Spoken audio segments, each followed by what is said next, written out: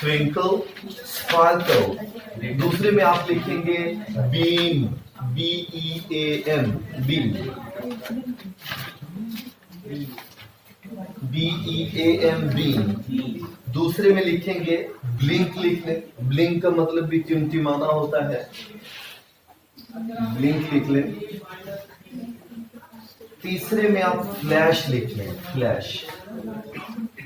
ये अगर पूछा जाता है हमारे से एग्जाम में तो अकॉर्डिंगली हम इसको सेट कर लेंगे। ये सिनोनिम्स थे। उसके बाद माय डियर स्टूडेंट्स, कोनोटेशन की दुनिया की बात होती है। कोनोटेशन किसको बोलते हैं?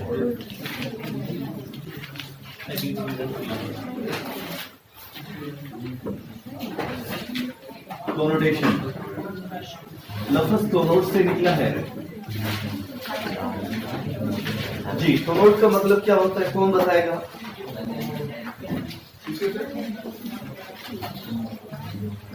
इन्फर, ड्राइव्स, रिलेटेड,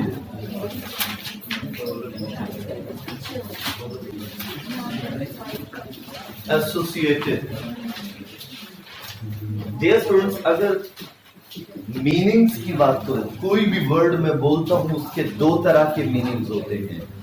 एक कोनोटेशन कहलाता है, एक डेनोटेशन कहलाता है। डेनोटेशन अगर मैं पहले आप लोगों को बता चुका हूं तो डी फॉर डिक्शनरी होता है। तो जो डिक्शनरी मीनिंग्स होते हैं उसको डेनोटेशन बोलते हैं, मतलब लिटरल मीनिंग। डिक्शनरी मीनिंग क्या होते हैं? अगर मैं फॉर एग्जांपल वर्ड बोलता हूं लाइन, शेर, ठीक है।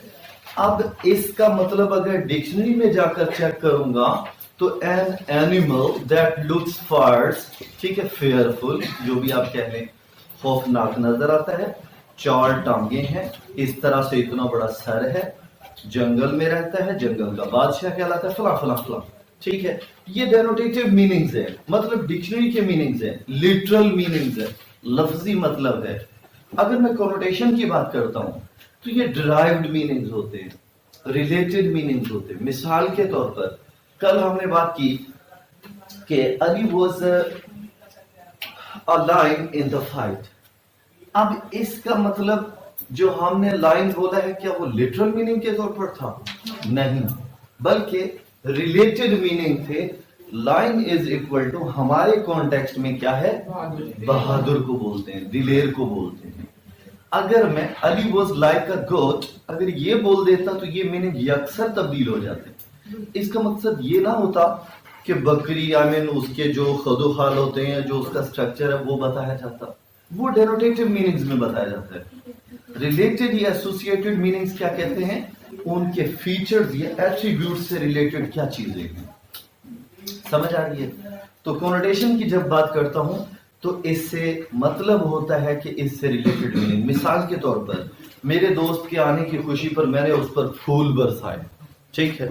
अब फूल बरसाने का मकसद, 2 तरह के स्टूडेंट्स बैठे हुए हैं यहाँ पे। एक ऐसा स्टूडेंट है जो कहता है सर के हाथ में बाल्टी होगी भरी हुई फूलों से और दोस्त आ रहा होगा, यूं फेंकते चले जा रहे होंगे। ये लिटरल सेंस वाला बच्चा है, ठीक है, जो बाल्टी, फूल, दोस्त, सर उसको मिला रहा है, ठीक है। दूसरा कॉन्टेक्सचुअल सेंस वाला बच्चा बैठा हुआ, मतलब कोनोटेशन को बात को समझता है, कोनोटेशन के मीनिंग्स को समझता है। वो क्या कहता है? उसके मुताबिक दोस्त के आने पर सर बहुत ज्यादा खुश हुए। समझ आ रही है? इससे रिलेटेड मीनिंग्स बोलते हैं। समझ आ रही है? इससे रिलेटेड मीनिंग्स बोलते हैं, एसोसिएटेड मीनिंग्स बोलते हैं। अब अगर इसकी बात फर्दर की जाए तो बच्चों इसमें नेगेटिव और पॉजिटिव कोनोटेशन होती है, पॉजिटिव कोनोटेशन और नेगेटिव कोनोटेशन होती है, ठीक है। 2 तरह की कोनोटेशन होती है, नेगेटिव और पॉजिटिव, और इसी तरह से नेगेटिव कोनोटेशन। इसका मतलब क्या हुआ? जो वर्ड्स होते हैं, याद रहे कि मैंने आपको लिखवाया था, सॉलिट्यूड एक वर्ड होता है, ठीक है, एक लोनलीनेस होता है, ठीक है। इसी तरह से अगर हम बात करें तो एक हमारे पास स्टेयर होता है और एक गेज होता है, ठीक है। शाइन हो गया और लफ्ज उसके साथ साथ का डैज़लिंग हो गया, ठीक है। ये दो डिफरेंट किस्म की मीनिंग है। अगर अपर स्ट्रक्चर देखें, कॉन्टेक्स्ट देखें, तो इनके मतलब सेम होते हैं, आपस में सिनोनिम्स हैं। अगर मैं सिनोनिम्स की बात करता हूं तो मैं इनमें से जाहिर है अगर वो आया हुआ तो ये लिखवा दूंगा, ये आया हुआ तो वो लिखवा दूंगा। लेकिन जब कोनोटेशन की दुनिया में हम बात करते हैं तो फिर पॉजिटिव कोनोटेशन और नेगेटिव कोनोटेशन पे चले जाते हैं। कैसे? अगर मैं वर्ड बोलता हूं सॉलिट्यूड, तो इसका मतलब होता है वो तन्हाई जिसमें आप कुछ अच्छा सोचते हैं, ठीक है। ऐसी तन्हाई जिसमें आप कुछ गौर व खौज करके किसी के लिए कुछ बेनिफिशियल टाइप ऑफ काम करते हैं। अगर लोनलीनेस की बात करता हूं, जिसमें एक खास किस्म का क्राइटेरिया आप बना लेते हैं, चादर बड़ी भारी पहन लेते हैं और लाइक ये वाला स्टाइल तो थोड़ा, ठीक है। मकसद कहने का ये है कि उसमें आप टोटली नेगेटिविटी की तरफ चले जाते हैं, समझ आई है। लोनलीनेस और सॉलिट्यूड वो एक मुफीद काम के लिए तन्हाई में जाना होता है। जब आप कौम के लिए कुछ अच्छा करना चाहते हैं फिर सॉलिट्यूड की तरफ जाइए, ठीक है। जैसे पोएट्री करना चाहते हैं चंद लोग, वो और चीज है भाई, वो तो सॉलिडेरिटी तो इसको बोलते हैं। हाँ वही सॉलिट्यूड और है, सॉलिडेरिटी और है, ठीक है। वो सालमियत की तरफ और उस तरफ चला जाता है, वो और चीज है। उसके बाद स्टेयर और गेज। स्टेयर का मतलब भी देखना होता है लेकिन गौर से भी है, ठीक है। गेज का मतलब भी गौर से देखना होता है। अब स्टेयर नेगेटिव मीनिंग देता है, किसी को इस तरह से देखना कि माइंड में नेगेटिविटी हो, ठीक है, उसको स्टेयर बोलते हैं। अगर गेज की बात करेंगे तो देखते हुए आप जब पॉजिटिविटी अपने जहन में रखते हैं। फॉर एग्जांपल जैसे हम नॉर्दर्न एरियाज की तरफ जाते हैं, देखते हैं जो एक जबरदस्त किस्म का लैंडस्केप होता है, तो नो डाउट हमारे हमें याद आ जाते हैं अल्लाह पाक की तारीफें और लाइक ये सारी चीजें शुरू कर देते हैं, समझ आई। तो ये दोनों का डिफरेंस है, ऐसी बात नहीं है कि सेम मीनिंग है। कोनोटेशन की बात कर रहा हूं। इसमें जब आते हैं specify positive and negative connotation of each of the following word, हमारे पास गेज है, ये पॉजिटिवली इसको यूज करना पड़ेगा, स्टेयर नेगेटिवली यूज करना पड़ेगा, negative connotation of each of the following. Okay, उसके बाद शाइन देखें और ग्लेयर देखें। शाइन क्या होगा? ऐसी रोशनी, देखें आप ऐसे जाते हैं, कोई ऐसी रोशनी जिसको आप देखकर ऐसे आपकी आंखें ऐसे रह जाती हैं, खुश हो जाते हैं, ठीक है। ये रोशनी देखने के काबिल होती है। लफ्ज ग्लेयर का मतलब होता है ऐसी रोशनाई, ऐसी चमक जो आपकी आंखों को, समझ आ रही है ना, चुंधिया दे आपकी आंखों को, आई मीन उसको परेशान कुन हालत में ले जाए, उसको आप ग्लेयर के मीनिंग में ले जाए, ठीक है। उसके बाद होल्ड और कलेक्ट। होल्ड का लफ्ज मतलब होता है, ये भी कलेक्शन की मीनिंग में आता है, जमा करना, लेकिन नाजायज तरीके से जमा करना, नेगेटिव, ठीक है। अब पता नहीं आप लोगों के मुताबिक नाजायज किसको, नेगेटिव को बोलते हैं, पॉजिटिव को बोलते हैं, मुझे नहीं पता, ठीक है। पाकिस्तानी होने के नाते तो हमारे पास तो सारी चीजें जो नाजायज हैं वो ठीक है। Overall sorry for the recording भी हो रही है, नहीं अल्हम्दुलिल्लाह पाकिस्तानी जबरदस्त जा रहे हैं। ओके, कलेक्ट का मतलब ये पॉजिटिव कोनोटेशन, ठीक है। इसका मतलब होता है मेहनत से या जुस्तजू से इकट्ठा करना, ओके।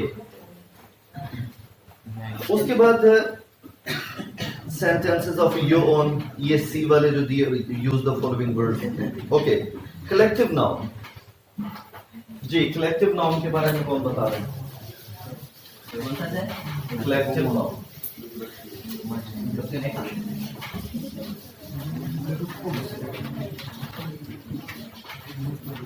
जी,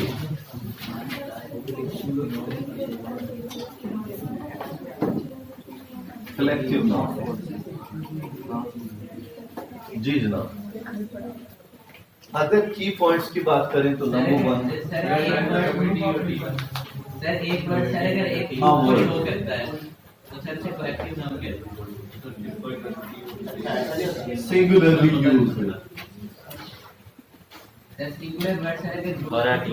ठीक है। सिंगुलरली का मतलब सिंगुलर के तौर पर यूज किया जाता है। वर्ड एक होता है, ठीक है, सिंगुलर के तौर पर यूज किया जाता है। Having many identities, sorry entities, having many entities और ऑब्जेक्ट्स। अगर कलेक्टिव नाउन किसी की समझ में नहीं आया तो बजाय उसकी डेफिनेशन के मैंने 3 की पॉइंट्स दे दिए हैं कि सिंगल वर्ड होगा। सबसे पहली बात ये है। दूसरी बात ये है कि ये सिंगुलर के तौर पर यूज होगा, प्लूरल के तौर पर नहीं होगा। तीसरी बात ये है कि उस वर्ड के अंदर लाई करने वाले, उसके अंदर पढ़ने वाली जो चीजें हैं वो काफी होंगी। जब मैं कहता हूं army is approaching towards the border, army is approaching, ठीक है, जो भी आगे आ रहा है नेक्स्ट उससे नहीं है वास्ता। माय डियर स्टूडेंट्स, ये आपके पास एक वर्ड है, ये आपके पास सिंगुलर के तौर पर यूज हो रहा है। आप हैरान होंगे, अजीब बनता है। एक वर्ड आर्मी को बोलता है, सिंगुलर की जब बात आती है तो इज के नीचे अंडरलाइन कर देता है। खैर है, इसकी तबीयत ठीक है, मेरी तबीयत ठीक है। मकसद सिंगुलर का पता कहां से चलेगा? जाहिरी सी बात है, वर्ब से, ये हेल्पिंग वर्ब से पता चलेगा। ये आपके पास वर्ब है, ये हेल्पिंग वर्ब है, हेल्पिंग वर्ब है क्योंकि फॉर्म ऑफ वर्ब आपके पास गिवन है। सो अकॉर्डिंगली इज, अगर आर होता तो फिर प्लूरल होता, ठीक है, फिर प्लूरल होता। इसी लिहाज से तीसरी बात, हैविंग मैनी एंटिटीज, क्या army is equal to 1 person? Army का मतलब तो एक बहुत बड़ा जम्मे गफीर, एक बहुत बड़ी टीम को बोलते हैं, ठीक है। इस लिहाज से ये भी वर्ड हो गया। अब जैसे वर्ड में क्राउड बोलता हूं, क्राउड, हुजूम, ठीक है, आप बाहर से आते हैं, आप सड़क पर, क्राउड मौजूद है, बंदा एक ठहरा हुआ होता है। बाहर मैं देखता हूं बंदा एक ठहरा हुआ, जब आपकी तरफ मैं वापस आता हूं तो जूता उतार के आता हूं। मतलब आपकी कदर करने के लिए नहीं, आपने झूठ बोला है। मतलब क्राउड का मतलब आपके सेंस के मुताबिक मैनी ऑब्जेक्ट्स होने चाहिए थे। बहुत से लोग होते तो आप कहते क्राउड है, आपने तो झूठ बोला, बंदा एक ठहरा, आप कहते सर जी क्राउड है। गलत हो गया ना।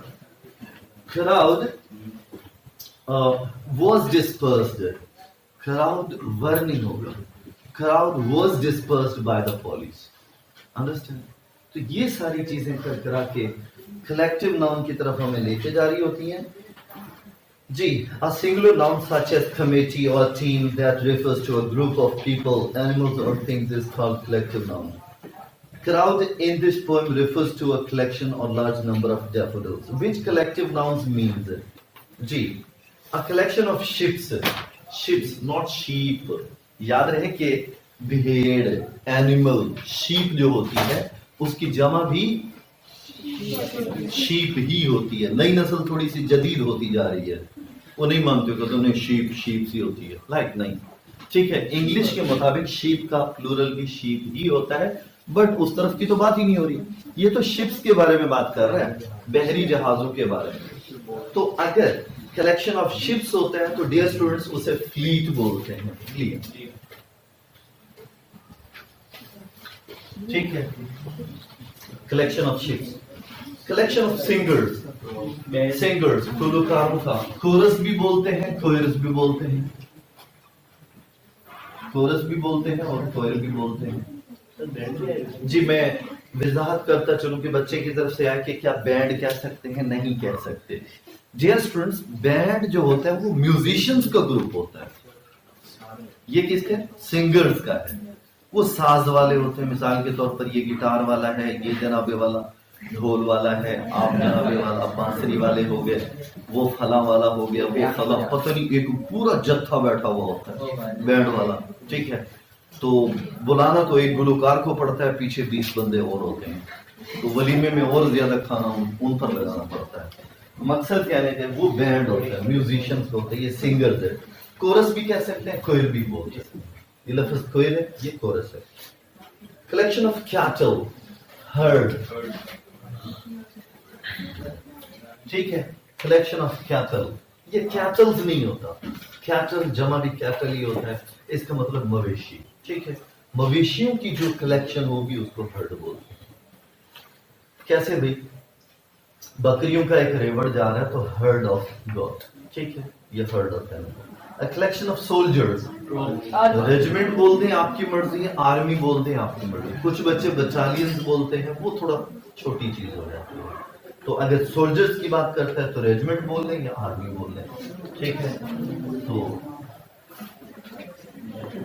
कुछ आप लोगों की मर्जी पर भी छोड़ रहा हूं ना,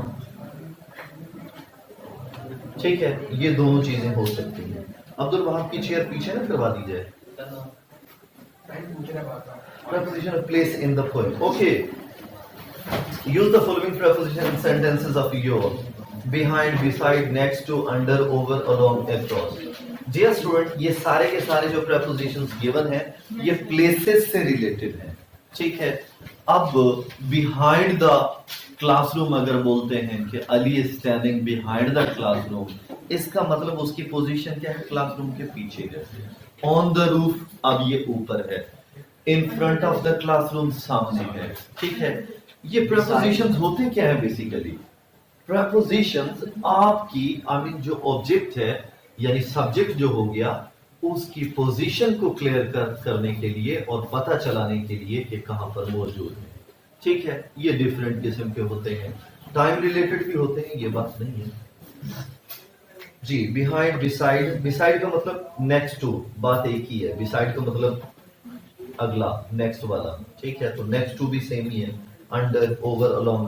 conjunctions, conjunctions join words and sentences. There are two kinds of conjunction. जी जनाब, एक और टॉपिक हमारे पास आ चुका जी। कंजंक्शन के बारे में कौन बता रहा है? किसको बोलते हैं, किस जानवर के नाम है? शाबाश। कंजंक्शन परिंदों का है या जानवरों का? जो दो सेंटेंसेस को आपस में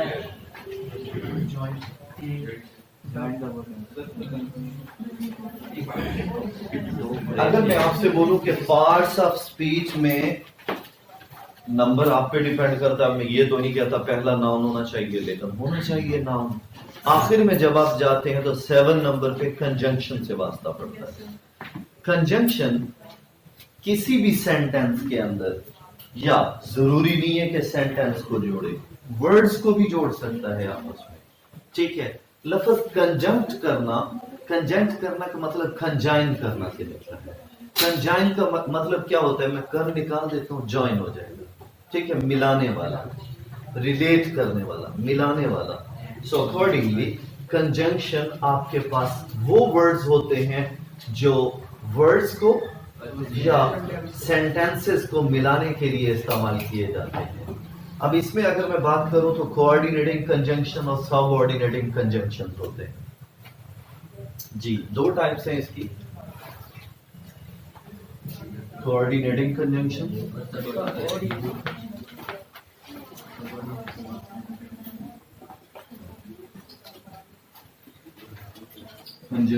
और इसी तरह से सबऑर्डिनेटिंग कंजंक्शन। ये बड़ा इंटरेस्टिंग है। कोऑर्डिनेटिंग कंजंक्शंस की जब मैं बात करता हूं तो सिंपल सा आपको फॉर्मूला देता हूं, अगर जो अकल रखता है तो वो समझ जाएगा। क्या कौन बता सकता है कोई? शाबाश। फैन बॉयज का फॉर्मूला, एग्जैक्टली ये हमारे पास फैन बॉयज, ठीक है। फैन बॉयज लिटरल सेंस वाला जो बच्चा बैठा हुआ होगा या बच्ची बैठी हुई होगी, वो ये समझेगा फैन इज इक्वल टू पंखा, बॉयज इज इक्वल टू लड़के, ठीक है। पंखे वाले लड़के जो अपना पंखा लेकर आते हैं, नॉट दैट, ये मकसद नहीं है। मकसद क्या है? एफ का मतलब ये एक यूं समझे कि चंद एक लेटर्स को कंजाइन करके इकट्ठा करके आप लोगों के लिए एक डिश बनाई गई है कि बच्चे परेशान ना हो। F for A for N. N for not. B for but. O for on. Y for yes. S for so. अब ये आप लिख लेंगे. आपके पास कोऑर्डिनेटिंग कंजंक्शंस फेयर वॉइस पर मुश्तमिल होते हैं. इसके अलावा इस सिलेबस में नहीं हो. 9th 10th में फेयर वॉइस के अलावा हम नहीं पढ़ेंगे. ठीक है. फर्स्ट ईयर सेकंड ईयर में इंशाल्लाह जिंदगी रही तो वहां पर आप लोग जाकर पढ़ेंगे. आप लोगों की जिंदगी भाई. ठीक है. तो इसी लिहाज से फेयर वॉइस का ये फॉर्मूला कोऑर्डिनेटिंग कंजंक्शंस कहलाते हैं. अब एक और बात स्टार्ट होती है. कोऑर्डिनेटिंग कंजंक्शन क्यों कहलाते हैं भी अब्दुल हाफिज? किस लिए कोऑर्डिनेटिंग कंजंक्शंस कहलाते हैं और ये सबऑर्डिनेटिंग कंजंक्शंस कहलाते हैं? ये एक और किस्सा चल पड़ा. क्या कौन बताएगा? मैं बताऊं. शाबाश. क्योंकि क्योंकि काइंड्स ऑफ सेंटेंसेस मुझे पढ़ानी पड़ेगी. ठीक है. वो क्यों? काइंड्स ऑफ सेंटेंसेस की जब मैं बात करता हूं तो डियर स्टूडेंट्स सिंपल सेंटेंसेस होते हैं, कंपाउंड सेंटेंसेस होते हैं और कॉम्प्लेक्स सेंटेंसेस होते हैं. ठीक है. सिंपल सेंटेंसेस वो तो मजे की बात हो गई. उसमें जो कंजंक्शंस यूज होते हैं वो भी सिंपल यूज होते हैं. फिर आप कहेंगे अच्छा कंजंक्शंस की भी टाइप्स हैं. तो मनुष्य लिखा हुआ नहीं है. ठीक है. टाइप्स तो हैं. वो फिर मैं आपको बताऊंगा क्यूमुलेटिव. जैसे Ahmad and Adnan went to school. Ahmad and Adnan. अब ये जो एंड इस्तेमाल हो रहा है ये क्या है? कंजंक्शन है. ये कंजंक्शन है लेकिन क्यूमुलेटिव कंजंक्शन है. क्यूमुलेटिव सिंपल कंजंक्शंस होते हैं.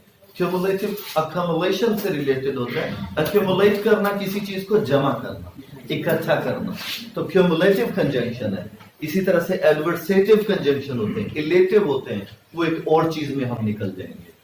सिंपल बात ये करता हूं, कोऑर्डिनेटिंग कंजंक्शंस दो सेंटेंसेस को या तीन सेंटेंसेस को मिलाने के लिए इस्तेमाल होते हैं.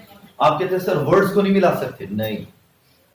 कोऑर्डिनेटिंग कंजंक्शंस हमेशा कंपाउंड सेंटेंसेस को मिलाने के लिए इस्तेमाल किए जाते हैं. अब एक और कहानी छिड़ पड़ी. क्या कंपाउंड सेंटेंसेस क्या होते हैं? लफ्ज सबऑर्डिनेट का मतलब क्या होता है? सबऑर्डिनेट का मतलब होता है मातहत, जो किसी के जेरे साया काम करे. डिपेंडेंट को बोलते हैं. यूं समझ लें, डिपेंडेंट को बोलते हैं. अगर मैं इसकी बात करूं कोऑर्डिनेटिंग कंजंक्शंस की जो आपने लिख लिया है तो सिंपली मैं लिख सकता हूं टू कंजाइन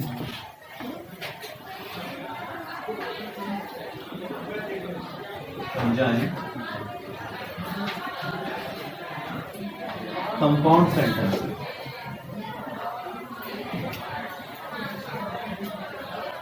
कंपाउंड सेंटेंसेस जब मैं बोलता हूं तो ये एक और किस्सा है. जैसे मैंने आपको बताया, कंपाउंड सेंटेंसेस क्या होते हैं? दो सेंटेंसेस इकट्ठे आ जाएं और दोनों के दोनों इंडिपेंडेंट हों. दोनों के दोनों इंडिपेंडेंट हों, उनको कंपाउंड सेंटेंसेस बोला जाता है. इंडिपेंडेंट कैसे हो सकते हैं? मैं एक सेंटेंस बोलता हूं जैसे life is short and time is flying. Life is short and time is flying. अगर मैं कमरे के अंदर दाखिल होता हूं, मैं बोलता हूं बच्चे लाइफ इज शॉर्ट, कहते सर बिल्कुल एक सेकंड, जिंदगी बहुत मुख्तसर.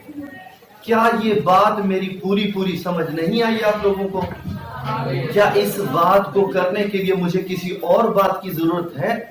नहीं है. लाइफ इज शॉर्ट पूरा सेंटेंस है, कंप्लीट मीनिंग रखता है. इंडिपेंडेंट सेंटेंस बोलते हैं. इंडिपेंडेंट सेंटेंस कौन से होते हैं? जिनको अपना मतलब क्लियर करने के लिए किसी दूसरे सेंटेंस की जरूरत नहीं होती. डिपेंडेंट सेंटेंसेस कौन से होते हैं? जिन्हें Depend अपना मतलब पूरा करने के लिए किसी और सेंटेंस की जरूरत पड़ती है। मिसाल देता हूं, इसी तरह से मैं बोलता हूं टाइम इज फ्लाइंग, एंड को छोड़ दें, लाइफ इज शॉर्ट, पूरा सेंटेंस, टाइम इज फ्लाइंग, उड़ रहा है मतलब फ्लीटिंग भी हो सकता है, भाग रहा है, इंतहाई, अब उड़ता तो नहीं है, भाग रहा है मतलब तेजी से जा रहा है, इस पर भी आप कहते हैं जी सर बिल्कुल ऐसे ही है, ठीक है, कल परसों मंगल थी आज बुध हो गई है, मकसद क्या है? अब इसी लिहाज से दूसरा एक सेंटेंस बोलता हूं, कमरे के अंदर दाखिल होता हूं, मैं कहता हूं because he was ill, because he was ill, कुछ सर पता नहीं क्या हो गया sir, because he was ill क्या कहना चाहते हैं आप? मेरे से क्वेश्चन करें सर, आपका मतलब क्या है, कहना क्या चाहते हैं? मैं कहता हूं Ahmad did not come to school because he was ill. अब आप सर पे हाथ मारते हैं, अच्छा ये बात थी। पहले वाला सेंटेंस आपकी समझ में नहीं आया, जब मैंने दूसरा एक सेंटेंस बोला तो आपने कहा अच्छा ये बात हो गई। Adnan did not come to school, ये इंडिपेंडेंट है, बिकॉज ही वॉज इल ये सबऑर्डिनेट है, इसे डिपेंडेंट सेंटेंस बोलते हैं, बिकॉज ही वॉज इल, जिसमें फैन वॉइस के अलावा बाकी जो आ रहे हैं, बिकॉज हो गया, इसके अलावा सिंस हो गया, इसके अलावा मुख्तलिफ ऑल्दो हो गया, ये सारे के सारे सबऑर्डिनेटिंग कंजंक्शन के तौर पर यूज होते हैं। समझ आ रही है बात की? तो इस लिहाज से सबऑर्डिनेटिंग कंजंक्शन में एक सेंटेंस इंडिपेंडेंट होगा, वो फिर इस पर हम गपशप करेंगे कल इंशाल्लाह। ऊपर वाली बात समझ आ गई कोऑर्डिनेटिंग कंजंक्शन की, कि दो इंडिपेंडेंट सेंटेंसेस को मिलाने के लिए कोऑर्डिनेटिंग कंजंक्शंस यूज होते हैं।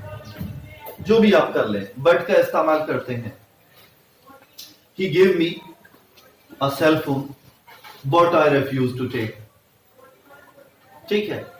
अब दोनों सेंटेंसेस अपनी जगह पे ठीक है, अंडरस्टैंड? तो कल इंशाल्लाह हम गपशप करेंगे। मैं मेरे पास आ चुकी हूँ।